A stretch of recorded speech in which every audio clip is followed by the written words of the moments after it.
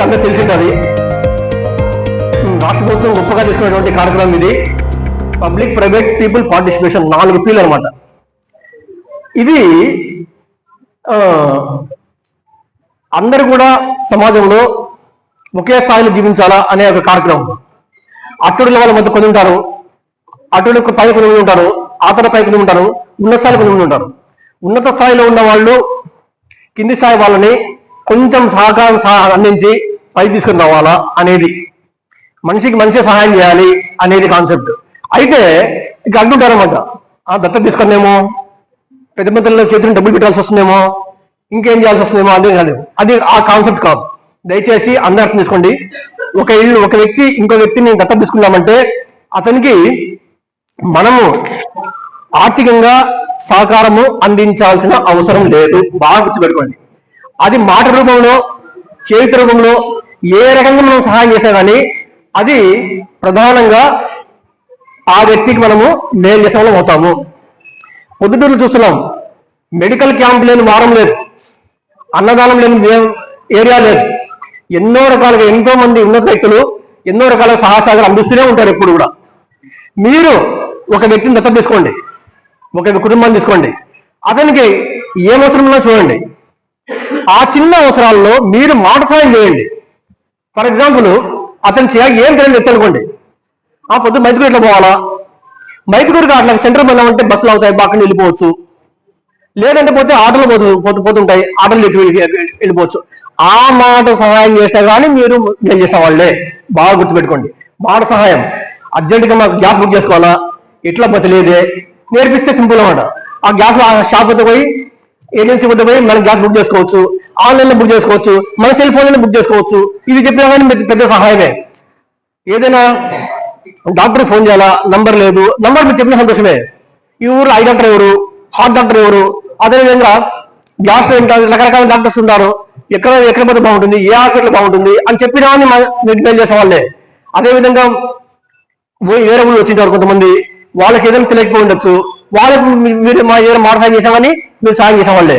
ఇట్లా ఒక వ్యక్తి ఒకరికి దత్తత లాగా తీసుకునేసి అతనికి మీరు ఏ రకమైన సహాయం చేసినా కానీ సహాయం చేసినట్టే. బాగా గుర్తుపెట్టుకోండి.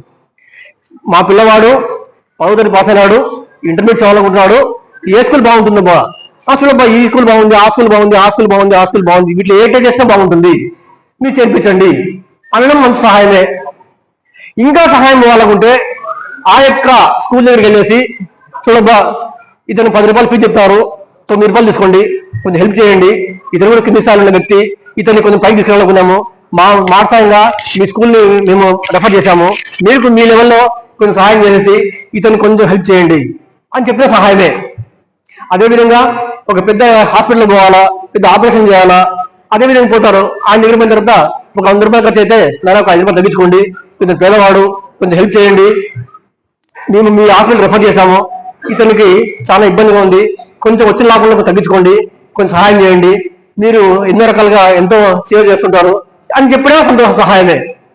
ఇట్లా ఈ పని ఆ పని మాట సహాయం, చేత సహాయం ఏది చేసినా కానీ దాని సహాయమే. అదేవిధంగా ఒక వ్యక్తి ఒకటి తీసుకెళ్ళలేదు, ఒక 10 ఇళ్ళు ఫర్ ఎగ్జాంపుల్ కౌన్సిలర్ కావచ్చు, ఇంకెవరు కావచ్చు, మీకు అనుకూలమైన వ్యక్తులు, మీకు అనుకూలమైన కుటుంబాలు, మీకు ఇష్టమైన వ్యక్తులు ఒక 10 మందిని దగ్గర ఉంచుకునేసి వీళ్ళకి ఏ అవసరం ఉందో చెప్పినారంటే చెప్తుంటారు అందరూ కూడా. ఇది మా వర్గము అంటుంటారు. వీళ్ళకి ఏ అవసరం ఉంటే మేము ఉండము అంటుంటారు. మంచిదే, అన్ని కార్యక్రమం చేయడం మంచిదే. కానీ ఈ రకంగా ప్రభుత్వం నుండి వచ్చే సహాయ సహకారాలన్నీ ఒక ఎత్తు. బాగా గుర్తుపెట్టుకోండి. ప్రభుత్వం అనేది ఖచ్చితంగా ఈ యొక్క బాటం లైన్ లో ఉన్నటువంటి ఈ యొక్క కుటుంబాలని బంగారు కుటుంబాలు అని ఏర్పాటు చేసింది. వీళ్ళ ప్రభుత్వం వచ్చే సహాయ సహకారం అన్ని కూడా పిలిపిస్తారు, ఏ రకమైన సరే. అది ఫస్ట్ ఫుడ్ అండ్ మనం సివిల్ సప్లైస్ ఉన్న రైస్ కావచ్చు, అదేవిధంగా ప్రభుత్వం నుండి వచ్చేటువంటి లోన్లు కావచ్చు, అదేవిధంగా మెప్మా నుండి కానీ లేకపోతే డాక్టర్ నుండి వచ్చేటువంటి బ్యాంక్ నుండి వచ్చేటువంటి సహాయ సహకారాలు కావచ్చు, ఇంకా ఏదైనా సరే ఏ రకమైన సహాయ సహకారం ఎన్నో ప్రోగ్రామ్స్ ఇస్తుంటారు. తల్లికి వందనం అంటారు, ఆడబిడ్డ నిధి అంటారు, మళ్ళా రైతు భరోసా అంటారు, ఇంకేదైనా సరే ఇవన్నీ కూడా వాళ్ళందరికీ ఇస్తా అవన్నీ ప్రభుత్వం చేస్తుంది. దయచేసి మీరు మీ వాళ్ళకి ఈ యొక్క ప్రభుత్వ పథకాలు అందేలా చూసినా చాలు, అది పెద్ద సహాయమే. ఫర్ ఎగ్జాంపుల్ చూడండి, తల్లికి వందనం కార్యక్రమం లాస్ట్ మంత్ లాంచ్ అయింది. ఒక ఇంటికి 13,000 14,000 అమౌంట్ వేయడం జరిగింది. దాంట్లో 56,000 మందికి ఇంకా అకౌంట్లో డబ్బు పడలేదు. స్టేట్ లో 56,000 మందికి పడలేదు, డబ్బు పడలేదు. అయితే ఇది ఒక తప్పని కాదు, రకరకాల తప్పులు ఉండొచ్చు, రకరకాల సమస్యలు ఉండొచ్చు. వెళ్ళేసి ఒక సచివాలయం మధ్య వెళ్ళేసి ఆ యాప్ ఓపెన్ చేసేసి ఆ సైట్ లోనికి ఈ పిల్లవాడు ఈ ఫ్యామిలీ వాళ్ళు, ఈ పిల్లవాడు నాడు ఆ యొక్క పాప ఉంది, దయచేసి ఇద్దరికి తల్లిదండ్రుల పనులు ఒకరికి పడింది, దీంట్లో స్టెప్ 1 లో ఈ ప్రాబ్లం ఉంది, స్టెప్ 3 లో ప్రాబ్లం ఉంది, దయచేసి దీన్ని సరి చేయండి అని చెప్పినారంటే వెంటనే మనం సరి చేస్తారు, వాళ్ళ డబ్బు వెళ్ళిపోతుంది. ఇది కూడా తిరుగులేని సహాయమే. చూడు, చిన్న మీరు చేసింది చిన్న పనే. అతను అనుకుంటే మిమ్మల్ని అనుకుంటే గ్యారంటీగా అనవసరం 15,000 రూపాయలు నాకు వచ్చేది చేశాడు, కేవలం 5 నిమిషాలు 10 నిమిషాలు చిన్న పని వల్ల, ఈ సమస్య చేయడం వల్ల మాకు డబ్బు పడిపోయింది అనుకుంటారు. ఇవన్నీ కూడా రకరకాల సహాయాలే. రాబోయే రోజుల్లో ఇంకా వేరే ప్రోగ్రామ్స్ రావచ్చు, అటువంటివన్నీ కూడా మనకు బాగా ఉపయోగపడేది. రాబోయే ఆగస్టు 15 నుండి మహిళలకు ఉచిత బస్సు అంటారు, చెప్తారనమాట. మహిళల కోసం అనేది ప్రత్యేకంగా బస్సులు ఉంటాయి ఇప్పుడు నుండి.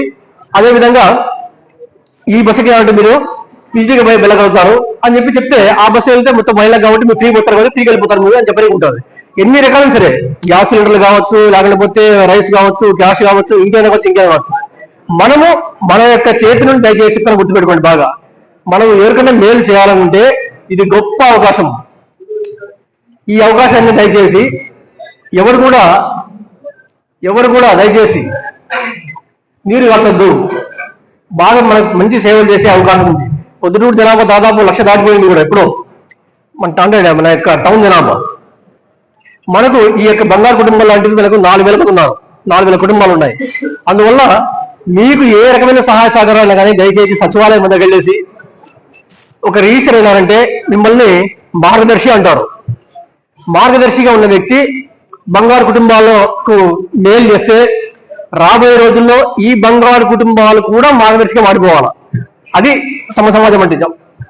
అందువల్ల అందరూ కూడా పొద్దుటూరులో ఎంతో మంది గొప్ప వాళ్ళు వ్యక్తులు కాబట్టి సచివాలయ సిబ్బంది, మన యొక్క ఇతర అధికారులు అందరూ కూడా బాగా పెరగకుండా ఈ కుటుంబాలంతా కూడా కొంచెం అప్లిఫ్ట్ లో తీసుకొస్తారు.